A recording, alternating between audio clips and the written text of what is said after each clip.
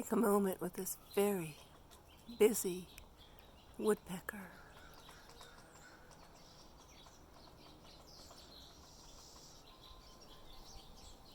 Maybe it's sending you messages in Morse code.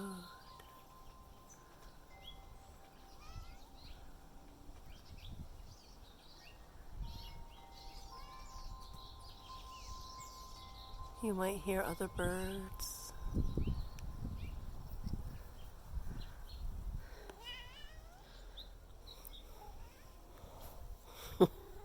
My darling cat,